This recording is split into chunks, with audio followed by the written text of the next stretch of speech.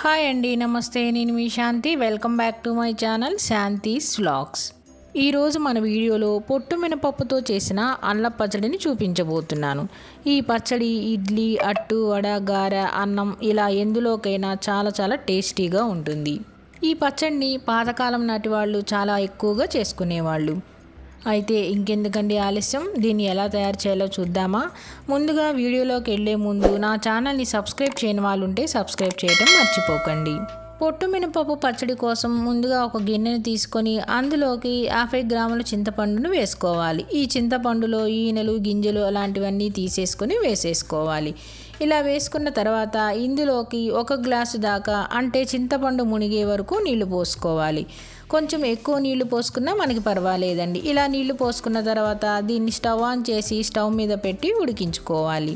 చింతపండుని మరీ గుజ్జుగా కాకుండా నీళ్ళగానే ఉడికించుకోవాలి. అంటే నీళ్ళన్నీ మరగక్కర్లేదండి, చింతపండు మాత్రం ఉడికితే సరిపోతుంది. ఇలా చూడండి, ఇలా ఉడికితే మనకు సరిపోతుంది. మనం పులిహోర కోసం ఉడికించుకుంటాం కదండి, అలా కాకుండా ఈ విధంగా ఉడికించుకుంటే మనకి సరిపోతుంది. ఇలా ఉడికిన తర్వాత ఇప్పుడు స్టవ్ ఆఫ్ చేసేసి దీన్ని పక్కన పెట్టుకొని చల్లారి పెట్టుకోవాలి. మళ్ళీ ఇదే స్టవ్ మీద కడాయి పెట్టుకొని ఇందులో 1.5 స్పూన్ల దాకా ఆయిల్ వేసుకోవాలి. ఇలా ఆయిల్ వేసుకున్నాక ఇప్పుడు 1 కప్పు పొట్టు మినపప్పును తీసుకొని, అంటే 1 కప్పు వచ్చేసరికి మనకి 100 గ్రాముల దాకా ఉంటాయండి. ఇలా 100 గ్రాముల దాకా పొట్టు మినపప్పును వేసుకోవాలి. ఇలా పొట్టు మినపప్పు వేసిన తర్వాత మంటని లో ఫ్లేమ్లో పెట్టేసి గరిటెతో మంచి వాసన వచ్చే వరకు వేయించుకోవాలి. పొట్టు మినపప్పు అనేది ఇలా లో ఫ్లేమ్లో పెట్టి వేయించుకోవటం వల్ల మనకి బాగా వేగుతాయి.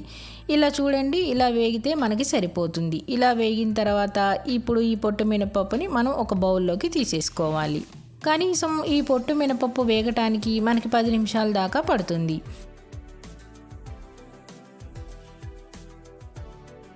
ఇలా పొట్టు మినపప్పు అంతా ఒక బౌల్లోకి తీసుకున్న తర్వాత దీన్ని పక్కన పెట్టుకుని చల్లార పెట్టుకోవాలి. ఇప్పుడు ఇదే కడాయిలో మనం పొట్టు మినపప్పు ఏ కప్పుతోనైతే తీసుకున్నామో అదే కప్పుతో 1/2 కప్పు దాకా పచ్చిశనగపప్పు వేసుకోవాలి. అంటే 100 గ్రాముల పొట్టు మినపప్పుకి 50 గ్రాముల పచ్చిశనగపప్పు వేసుకోవాలి. అలానే 1/2 టీ స్పూన్ ఆవాలు, 2 టేబుల్ స్పూన్ల జీలకర్ర వేసుకోవాలి. ఇందులోనే 1/2 టీ స్పూన్ మెంతులు కూడా వేసుకుని వీటన్నిటిని వేయించుకోవాలి. ఇలా వేయించుకునేటప్పుడు మనకి నూనె అనేది సరిపోకపోతే 1 టీ స్పూన్ నూనె దాకా వేసుకోవాలి. నాకైతే నూనె అనేది సరిపోలేదండి, అందుకని 1 టీ స్పూన్ దాకా నూనె వేసుకొని ఇలా వేయించుకోవాలి. ఇలా కొద్దిగా వేగిన తర్వాత ఇప్పుడు ఇందులోనే 50 గ్రాముల అల్లం తీసుకొని శుభ్రంగా కడుక్కొని ఇలా చిన్న ముక్కలుగా కట్ చేసుకొని ఇందులో వేసుకొని వేయించుకోవాలి. అల్లం అనేది పచ్చివాసన పోయేదాకా వేయించుకోవాలి కాబట్టి మనం ముందే వేసుకోవాలి. ఇలా 1 నిమిషం పాటు అల్లం ముక్కల్ని వేయించుకున్న తర్వాత ఇప్పుడు ఇందులోని 100 గ్రాముల ఎండుమిర్చిని తీసుకొని తొడిమెలు తీసేసి ఇందులో వేసుకొని వేయించుకోవాలి. ఇలా ఎండుమిర్చి, అల్లం, శనగపప్పు, ఆవాలు, మెంతులు, జీలకర్ర వేగేంత వరకు మంటని లో ఫ్లేమ్లో పెట్టి వేయించుకోవాలి. ఇలా అన్నీ వేగిన తర్వాత ఇప్పుడు స్టవ్ ఆఫ్ చేసేసి దీన్ని పక్కన పెట్టుకొని చల్లారి పెట్టుకోవాలి. ఇప్పుడు ఒక మిక్సీ జార్ తీసుకొని మనం చల్లారి పెట్టుకున్న మిశ్రమాన్ని అంతటిని మిక్సీ జార్లోకి వేసేసుకోవాలి. ఇలా ఈ మిశ్రమాన్ని అంతటిని మిక్సీ జార్లోకి వేసుకున్నాక ఇప్పుడు మనం వేయించి చల్లారి పెట్టుకున్న పొట్టు మినపప్పును కూడా ఈ మిక్సీ జార్లోకి వేసేసుకోవాలి. ఇలా వేసుకున్నాక మనం ఏ కప్పుతోనైతే పొట్టు మినపప్పు వేసుకున్నామో అదే కప్పుతో దంచిన బెల్లాన్ని వేసేసుకోవాలి. ఇప్పుడు ఇందులోనే తగినంత ఉప్పు, 1/2 టీ స్పూన్ పసుపు, అలానే ఇందులో మనం ఉడికించి చల్లార పెట్టుకున్న చింతపండు రసాన్ని కూడా ఇందులో వేసేసుకోవాలి. ఇలా ముందు చింతపండును అంతటినీ వేసుకొని తర్వాత ఆ నీళ్ళని కూడా పోసేసుకోవాలి. ఇలా వేసేసుకున్న తర్వాత ఇప్పుడు దీని అంతటినీ మిక్సీ వేసుకోవాలి. ఇలా మిక్సీ వేసుకుంటే చూడండి మనకి పచ్చడి అనేది ఇలా గట్టిగా వచ్చింది, అంటే మనకి నీళ్ళు అనేది సరిపోలా. ఇలా నీళ్లు డైరెక్ట్గా చల్లటి నీళ్లు పోసుకోకుండా మనం నీళ్ళని వేడి చేసి ఆ వేడి నీళ్ళని పోసుకుంటే మనకి పచ్చడి అనేది ఎక్కువ రోజులు నిల్వ ఉంటుంది. ఇలా కొద్దిగా వేడి నీళ్లు పోసుకొని మరొకసారి మిక్సీ వేసుకోవాలి.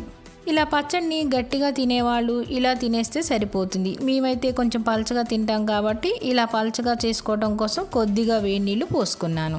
ఇలా వేడి నీళ్ళు పోసుకున్న తర్వాత మరొకసారి మిక్సీ వేసుకుంటే పచ్చడి చూడండి ఇలా పలచగా వస్తుంది. ఇలా మిక్సీ వేసిన తర్వాత ఒకసారి గడ్డతో కలుపుకొని ఒకసారి టేస్ట్ చూస్తే నాకు అన్నీ పర్ఫెక్ట్గా సరిపోయినాయండి. ఇప్పుడు ఈ పచ్చడి అంతని ఒక బౌల్లోకి వేసేసుకోవాలి. అంతేనండి, మనకి పొట్టు మినపప్పుతో అల్ల పచ్చడి అనేది రెడీ అయిపోయింది. దీనికి తాలింపు అనేది కూడా అవసరం లేదు. ఇలానే వేసుకుంటే మనకి పచ్చడి టేస్ట్ అనేది చాలా చాలా బాగుంటుంది. ఇలా పచ్చడంతా ఒక బౌల్లోకి వేసేసుకున్నాక దీన్ని స్టోర్ చేసుకొని ఫ్రిడ్జ్లో పెట్టుకుంటే 15 రోజుల దాకా నిల్వ ఉంటుంది. అలానే ఈ పొట్టు మినపప్పుతో చేసిన అల్ల పచ్చడి ఇడ్లీ, అట్టు, వడ, గారె, అన్నం, చపాతీ ఇలా ఎందులోకైనా చాలా చాలా టేస్టీగా ఉంటుంది. అలానే ఈ పచ్చడిని వేడివేడి అన్నంలో వేసుకొని నెయ్యి వేసుకొని తింటే చాలా చాలా టేస్టీగా ఉంటుంది. మనకి ఏ కూరతో కూడా పని ఉండదు.